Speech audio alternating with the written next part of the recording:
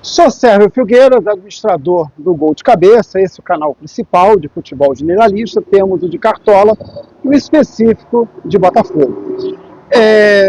Este vídeo é para falar, para mim, da grande lição que o Flamengo deveria tirar de mais essa derrota numa final de Intercontinental. Eu tenho 57 anos, tá? E sou de um tempo que o Barcelona e Real Madrid, de 10 anos atrás, era aqui. O City versus Liverpool dos últimos anos era aqui.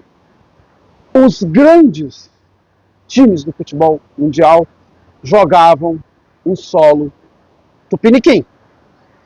No ano da Copa de 82, Copa em que na seleção brasileira titular só tinha o Falcão jogando na Roma, o resto todos jogando aqui, e o Dirceuzinho, falecido Dirceuzinho, reserva que jogava no Atlético de Madrid, todo mundo jogava aqui. E até por isso a gente tinha um carinho muito maior com a seleção. Naquele ano de 82, os meses antes, teve um São Paulo 3, Flamengo 4 no Morumbi, que parou o Brasil. Tá? De um lado, tinham titulares da seleção brasileira jogando Júnior, Leandro e Zico. Do outro lado, pelo São Paulo, tinha o Oscar, o Valdir Pérez e o Serginho. Quando um desses dois times jogavam com o Atlético Mineiro, era a mesma coisa. O Atlético tinha titular da seleção, Luizinho, Cerezo e Éder. Esse futebol brasileiro, ele começa a ficar atrás da Europa quando vem o mercado comum europeu em 95. Né? E aí, os países europeus que tinham um limite de 3 estrangeiros, né, por time, passaram a ser planacionais, porque um jogador podia jogar tranquilamente em outro país, sem prejudicar, né, o limite, né, de estrangeiros. E aí vem a Premier League, vem a Champions League moderna, e o eixo econômico ficou completamente voltado para a Europa. Tá? O Brasil, ele poderia perfeitamente voltar a ser o Brasil de antigamente. Ser aquela seleção que hoje é a França, por causa dos imigrantes. Hoje a França monta 3 seleções de altíssimo nível. Como era o Brasil antigamente? O Brasil 82, ele podia montar 3 seleções de altíssimo nível. O Brasil C seria a terceira equipe mais forte daquela Copa do Mundo de 82. Tá certo? Foi eliminado por uma fatalidade. Hoje esse Brasil é a França. Tá? Como várias seleções europeias estão com o seu melhor time de todos os tempos, porque eles mudaram a forma que eles fazem a base, ao contrário aqui do Brasil, né, que a gente só privilegia, a gente está privilegiando jogadores de lado, jogadores de força. E olha que eu sou o maior apologista da força física no futebol, estou sempre chamando a atenção disso nos vídeos, tá certo? Mas você não pode, na base, preterir o talento, porque eu posso pegar um moleque mirrado e transformá-lo fisicamente, como o Flamengo fez com o Zico, né? Como fizeram um pouco com o Messi. Né? O Messi, ele pode ser baixinho, mas ele sempre foi parrudo, sempre foi cheio de músculo.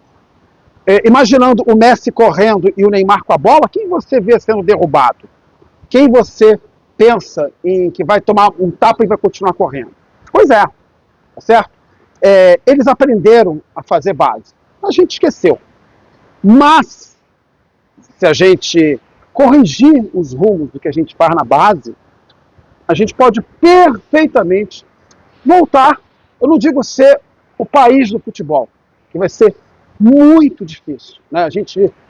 Os europeus aprenderam a fabricar jogadores. A gente pode novamente ser uma das melhores seleções do mundo, ou até a melhor, né? Afinal de contas é um país com mais de 200 milhões de habitantes. Mas existe um outro fator aí para a gente voltar a ser preponderante, e aí eu começo a fechar o que eu falo que tem que ser a lição do Flamengo. O Brasil tem um PIB parecido com a da Inglaterra. Evidentemente, a Inglaterra com uma moeda que vale muito mais do que a nossa, com uma renda per capita muito maior, tem, né, uma riqueza grande, mas o nosso PIB é do tamanho da Inglaterra. A gente se organizando, a gente pode perfeitamente voltar a ser um dos melhores do mundo. Mas a gente tem que olhar o produto. E o grande empecilho para o desenvolvimento do futebol brasileiro se chama Flamengo. Na Premier League, acho que todo mundo que está me ouvindo não vai negar que a Premier League é a principal competição nacional do planeta, né? A mais rica. O campeão vai ganhar de cota de TV 150 milhões de libras. Isso dá mais ou menos 1 bilhão e 200 milhões de reais. E o oitavo colocado vai ganhar 90 milhões de libras. Desculpa, o 20º colocado vai ganhar 60% do que vai ganhar o campeão. O campeão ganha 150 milhões de libras, 1 bilhão e 200 milhões de reais. O oitavo ganha 90 milhões de libras, ou seja, o 20º colocado. O 20º colocado, ele ganha 60% da cota de TV do campeão. Eu tenho mais camisa, né? Eu tenho mais torcedores. Cara, vou vender muito mais camisa. Eu vou cobrar mais pelo meu espaço publicitário.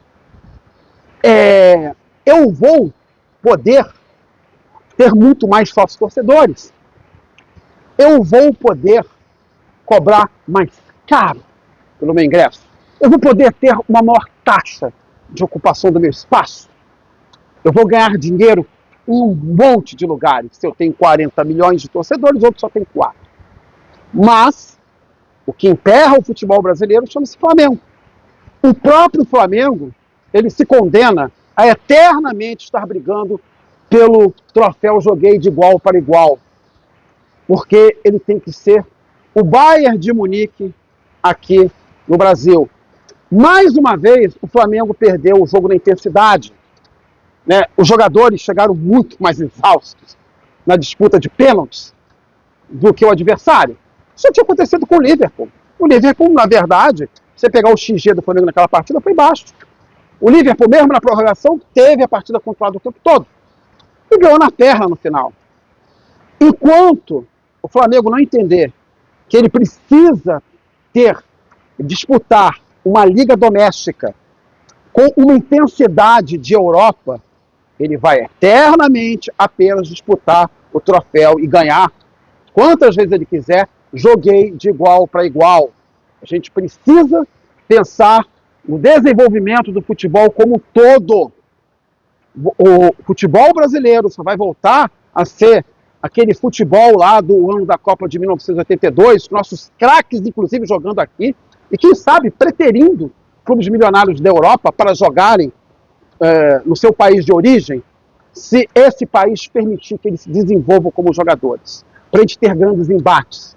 Por isso que eu sempre fui um defensor ferrenho de técnicos estrangeiros na seleção do Brasil, porque esses caras jogam partidas de Premier League, de Champions League decisivas com os melhores do mundo o ano todo. E o técnico brasileiro não tem esse tipo de noção.